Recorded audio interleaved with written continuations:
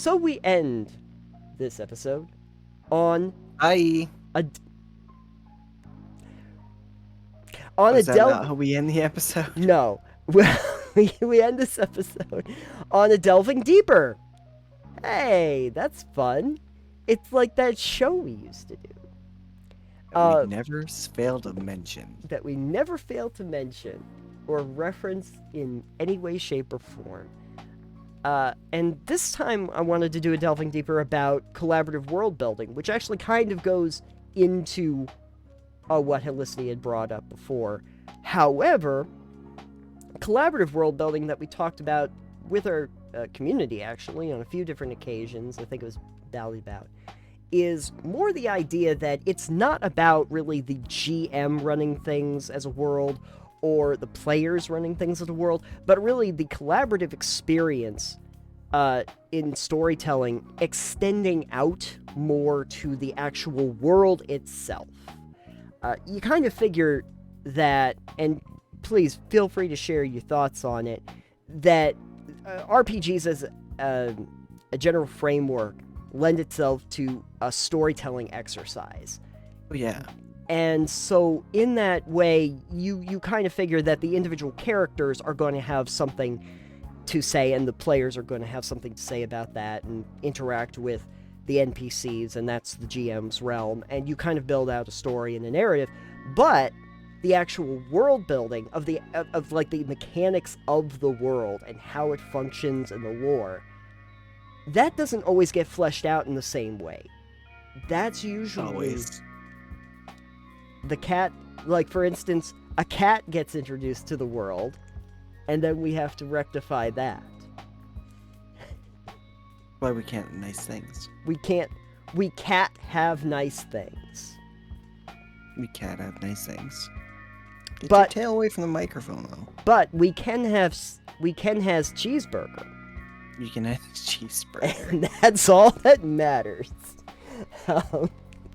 So what do you think about the idea of letting the GM or storyteller, whatever you want to call them, and the players work more on the actual collaborative experience of the world building, not just the narrative? So including them in building the world like before the game takes place? Or during the game? That's a good question. What about, well, let's start with before we actually start the game. Like, it's sitting around a table and discussing what we want this world to be and how to build it. Have you ever done that, or can you see that working? I haven't, but I can see it working. Okay. You know? I'm interested in that because you think about it, that is definitely divergent from the way games usually run. It's usually that the GM themselves usually say something to the effect of, this is the campaign setting that you're going to be in. Tell me about your characters. Well, I feel like that would go into maybe like the session 0 type deal as well. It's like, all right, Sure. what characters, or like what game do you want to play? What game do I want to make for you to play or whatever as a GM? Like what what story do I want to tell? What game do you want to play kind of deal. Right. And you can use that to build the world out from there if it's, necessary. Right. Okay, so we have the idea that you could probably do it during that time. I did have a thought while you were talking, though. One thought, go. Good. And that's more than I usually have for each episode, so that's good. We're batting really high right now. A D1000, in fact. No, Too high. That's too high. You can't get it That'd done. be a very large dice. That's very much. You can probably fit it in a room, but you can't roll it very far. So, my thought was how you would actually facilitate the idea of building that experience. And I started thinking about a notion of, like, writing down ideas about the world on cards. Or, like, taking notes in a notebook and then allowing the players to actually, like, shuffle the cards into a deck. Like, these are just, like, general ideas about how the world works. Just simple ideas. And maybe every player just has like 3 cards, blank cards, put them together. Basic ideas about towns, settings, narrative structures. You put them together, or you could even delineate it out into different things, and just pop it in the center and draw like so many cards out of it. And you kind of create an establishment at the beginning of where you're going to have a start point. And then at any point, if you needed to, like, expand that world, you could refer back to some of the cards that the players have provided to you. Sure. And then during, if you started to realize that you were looking for new concepts or the next campaign, you could repeat that process over and say, this is the next campaign leg, and we're going to be going somewhere else. So let's try to figure out where that's going to be, and then individual elements, let's get some ideas in a pile, and we'll start drawing them at the beginning.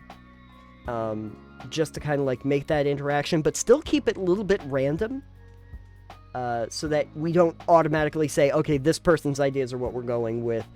Sorry, Tommy, you don't get anything. Damn Tommy.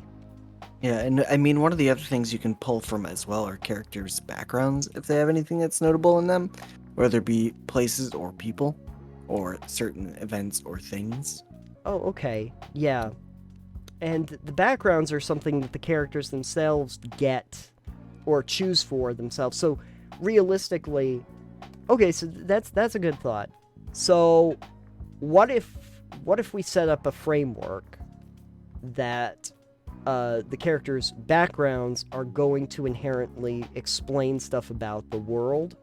Like, if you say, like, I'm the street urchin for a background, for instance, then you can tell the rest of the crew a lot about what the slums of the world look like.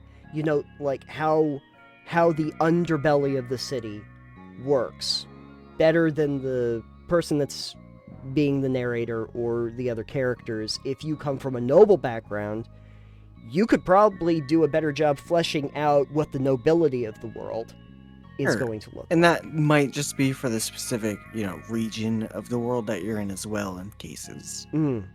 Yeah. Like, you could have people from different regions with the same background and vastly different experiences. That's true.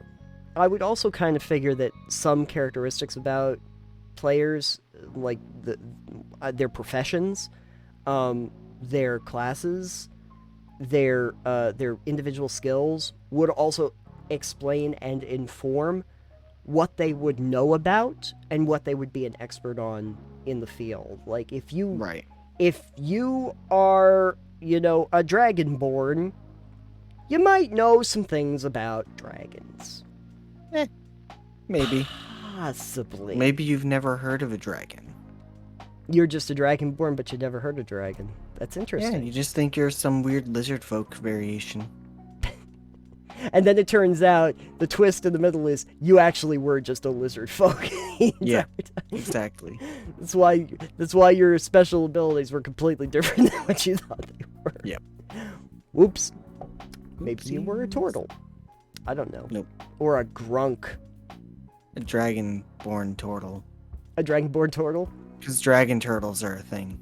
A dragonbortle. No, dragon turtles are a thing. Oh, yeah, they are. They're mean, too. They're very mean. You don't want to mess with those. No, they will fucking eat you. Yeah. I always kind of figured that if Rembrandt grew too powerful in size, he would have just a pet dragon turtle. Just ride around on that. It's like, that's great, because the dragon turtle will kill you so fast. Yes, it will. Yeah. In case anyone's trying to imagine it in your heads, imagine, like, a giant, mythical snapping turtle. Pretty much what it is. Snapping turtles by themselves are not fun in real life, so you don't want to mess with one in the D&D. Similarly, though, in other games, I can see how you would utilize it too.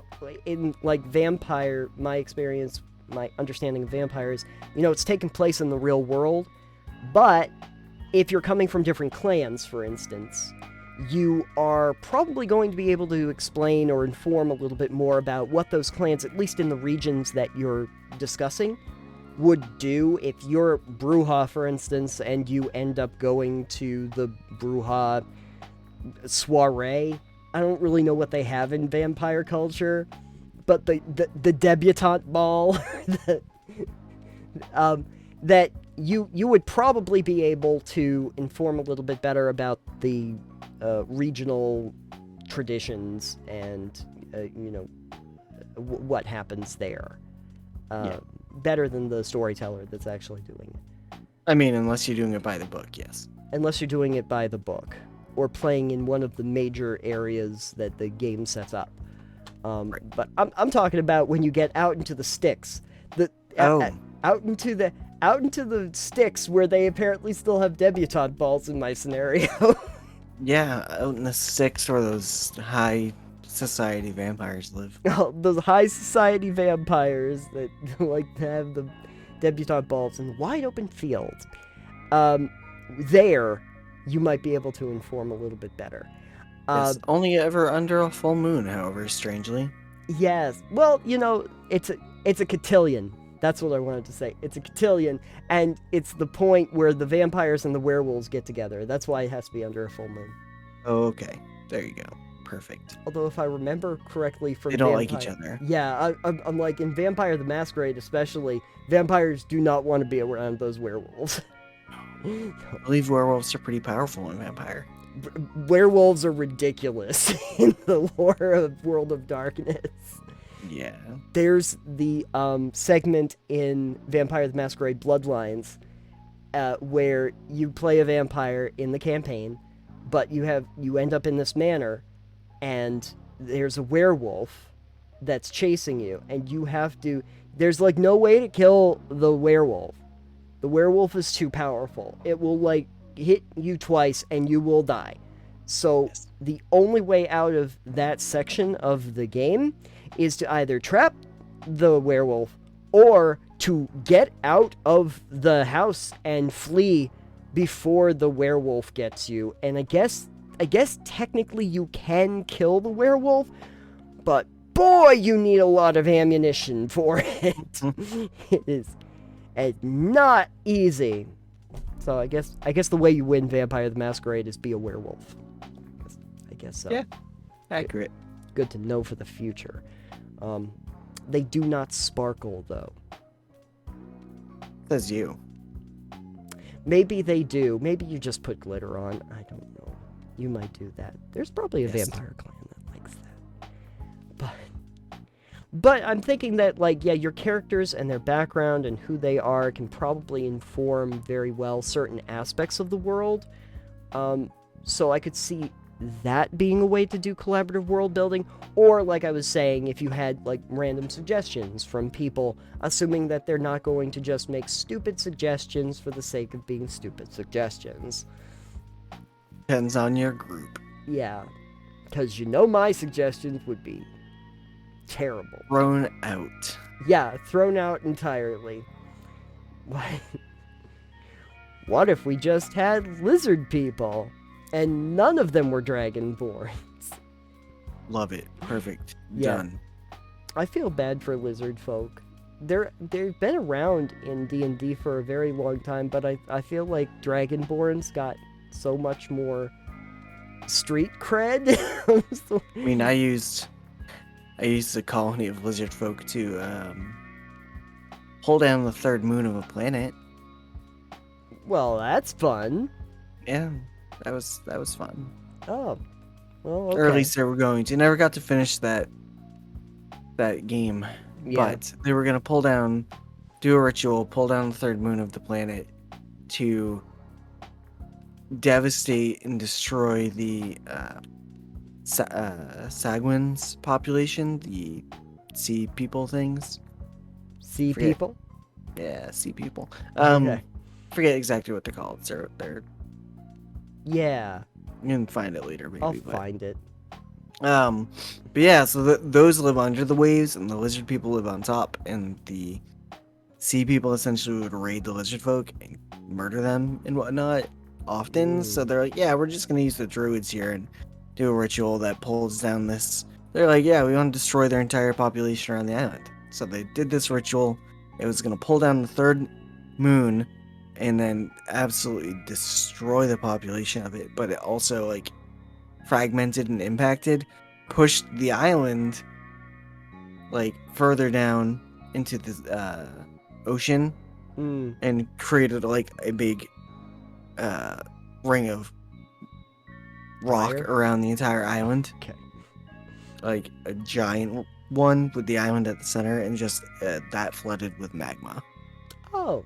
So in that world, it's the Sea of Flames, which is a giant ocean of lava and/or magma and fire Okay. that surrounds this island. Oh. Okay.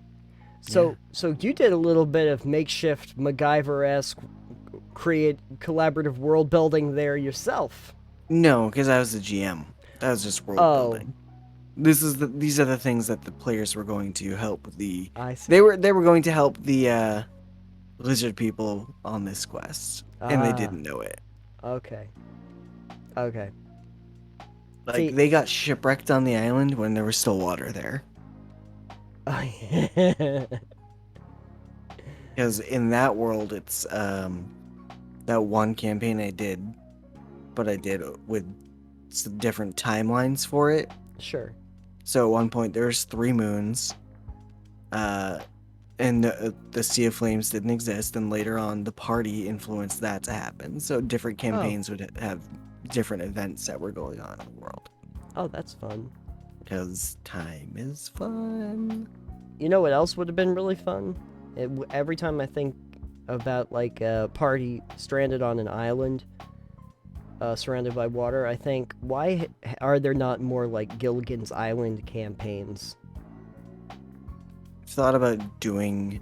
This is completely off topic. I've thought about doing something like that. Mhm. Like I've thought about the idea where you get a party together that's like the first footfall Yeah. on a new land, untamed and unexplored Mhm. as well.